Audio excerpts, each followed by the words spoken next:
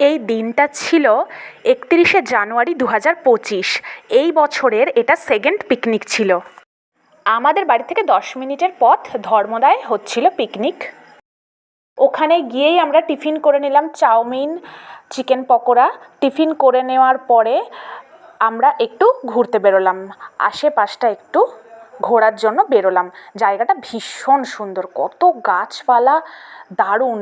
আর পুকুর ছিল, আমার তো ভীষণ ভালো লাগছিল, মনে হচ্ছিল ওখানেই বাড়ি বানিয়ে থেকে যাই।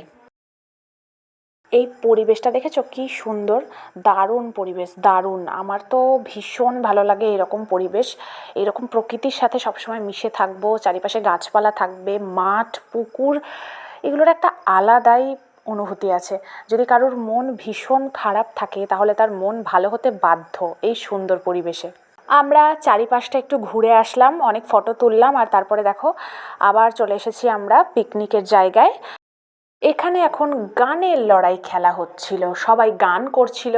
বৌদি খুব সুন্দর গান করেছে, বৌদির গানের গলা খুব সুন্দর, আর সবাই ভালো গান করেছে। পূজা খুব সুন্দর গান করেছে, কিন্তু আমি গান করতে পারি না, তাই গানে আমি যাইনি। আমাকে নাচ করতে দাও, আমি সারা দিন নেচে দিতে পারি, কিন্তু আমি গান করতে পারি না, আমার নাচ ভালো লাগে। এখন আমরা সবাই খাবো, খেতে বসবো। যেগুলো রান্না হয়েছিল সেগুলো আমি ফটো তুলেছি। যারা মাংস খায় না তাদের জন্য মাছ ছিল, আর 2 রকমের মিষ্টি ছিল, রসগোল্লা আর ছানা জিলিপি। তো ছানা জিলিপির ফটোটা তোলা হয়নি, ছানা জিলিপি আমি খাইও নি, তাই আমার পাতেও আমি ছানা জিলিপি নিইনি। তো ছানা জিলিপিটাও ছিল, সেই ফটোটা নেই। তারপরে আমরা সবাই খেতে বসে পড়লাম। প্রত্যেকটা রান্না খুব সুন্দর হয়েছিল, দারুণ হয়েছিল প্রত্যেকটা রান্না। তারপরে আমাদের খাওয়া হয়ে গেলে বৌদিরা খেতে বসে পড়লো, আমরা বৌদিদের খাবার পরিবেশন করলাম, আর তারপরে নাচা গানা হলো।